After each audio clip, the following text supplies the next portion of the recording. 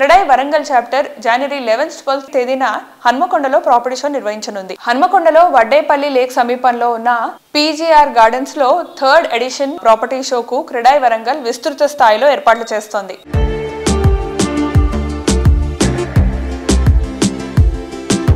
So మనకి information అందించడానికి మనతో పాటు ఉన్నారు జే మనోహర్ గారు. సో ఇంకెందుకు ఆలస్యం అడిగేద్దాం. Hi sir, how are you? Fine, thank you. So sir, మనకి లాస్ట్ ఇయర్ జరిగిన క్రీడా ప్రాపర్టీ షో ఉంది కదా, ఇది 3rd షో కదా ఇప్పుడు మీరు చేయబోతుంది.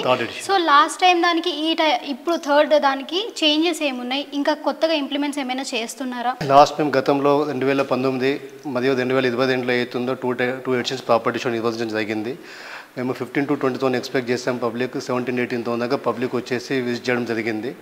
దాంట్లో ఏంటంటే లాస్ట్ టైం స్టాల్స్కి ఎలా అవుతుందో సేమ్ అదేవిధంగా స్టాల్స్ కూడా ఇప్పుడు ప్లానింగ్ అలానే చేయడం జరిగింది. ఒక 85 స్టాల్స్ ప్లాన్ చేశాము. దాంట్లో బిల్డర్ పార్ట్ ఉంటుంది, తర్వాత ప్రోడక్ట్ పార్ట్ ఉంటుందండి.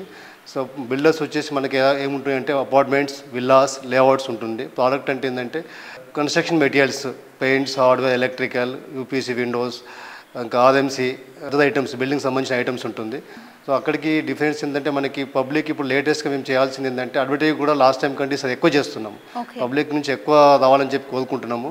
వాళ్ళకి ఎందుకంటే ఇక్కడ బెస్ట్ ప్లాట్ఫామ్ ఉంటుంది కాబట్టి వాళ్ళకి ఇక్కడ ఏ కారణాలైనా వాళ్ళ ఫ్లాట్స్ కానీ, విల్లాస్ కానీ, వాళ్ళ లేఅవుట్స్ కానీ సెలెక్ట్ చేయాలనుకునే విధంగా అవకాశం అవుతుందో ఇక్కడ వాళ్ళకి అవైలబుల్ ఉంటుంది. వాళ్ళకి ఇక్కడ ప్రైమ్ బిల్డర్స్ అంటే హైదరాబాద్ నుంచి వస్తున్నారు. ప్లస్ మా క్రెడాయిలో కూడా ఇప్పుడు చాలా మటు బిల్డర్స్ అప్గ్రేడ్ అయిపోయారు. అంటే హైరైజ్ బిల్డింగ్స్ కూడా కడుతున్నాం, ప్రీమియం విల్లాస్ కూడా ప్లాన్ చేస్తున్నాం ఇక్కడ వరంగల్లో. సో అప్పటికిప్పటికీ మార్కెట్ కూడా అవుతుందో డిఫరెంట్ సెగ్మెంట్లో వేరియేషన్స్ వస్తున్నాయి. సో ప్రైజెస్ కూడా అందుబాటులో ఉన్నాయి.